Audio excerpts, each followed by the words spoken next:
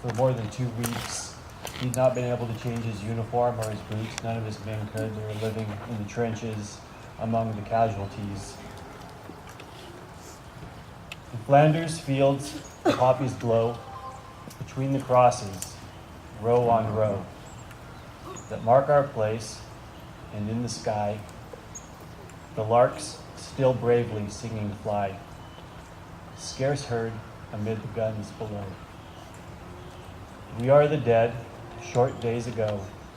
We lived, felt dawn, saw sunset glow, loved and wore loved, and now we lie in Flanders fields. Take up our quarrel with the foe. To you from failing hands we throw. The torch be yours and hold it high. If ye break faith with us who die, we shall not sleep, though poppies grow in Flanders fields.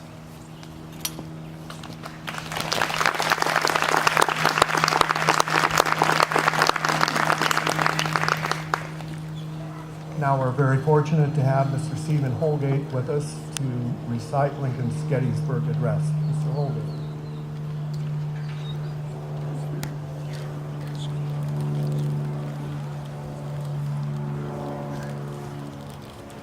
Fourscore and 7 years ago, our fathers brought forth upon this continent a new nation, conceived in liberty, and dedicated to the proposition that all men are created equal.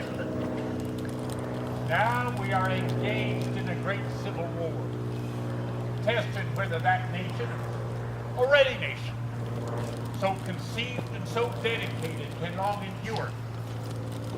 We are met on a great battlefield that war. We have come to dedicate a portion of that field as a final resting place for those who here gave their lives that that nation might live. It is altogether fit and proper that we should do this.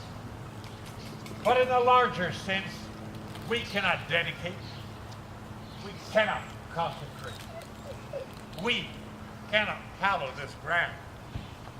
The brave men living and dead who struggled here have consecrated it far beyond our poor power to add or detract.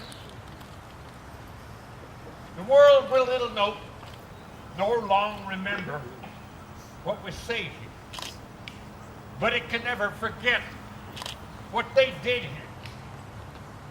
It is for us, the living rather, to be dedicated here to the unfinished work which they who have fought here have thus far so nobly advanced. It is rather for us here to be so dedicated to the great task remaining before us, that from these honored dead, we take increased devotion to that cause for which they gave the last full measure of devotion.